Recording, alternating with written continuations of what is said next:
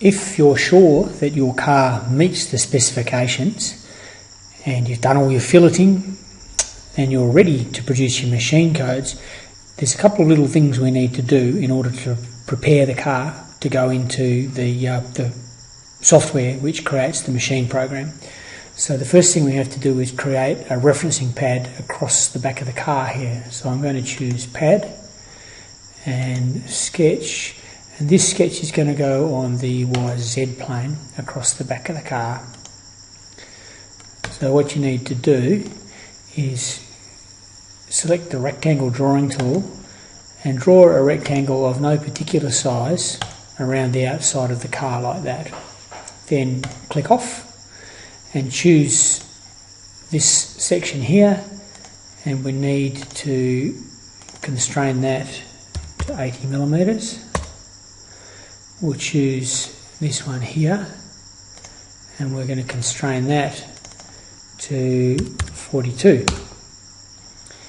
Now we've set the size of the box, but you can see the box is still floating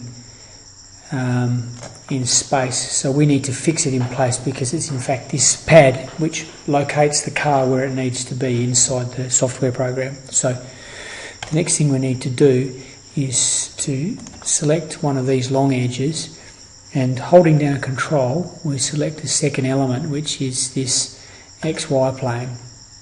Having done that, we now want to impose a measurement on that.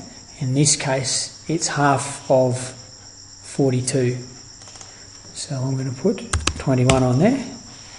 And then the last thing we need to do is to choose one of these verticals here, hold down Control and choose the plane which is parallel to it. So there's two elements selected. I can now constrain that, and that's in fact going to be half of 80, so that's 40 millimeters. Now when we exit the pad, what we need to do is create this pad at 0.5 of a millimeter. So in fact what that's going to look like is that.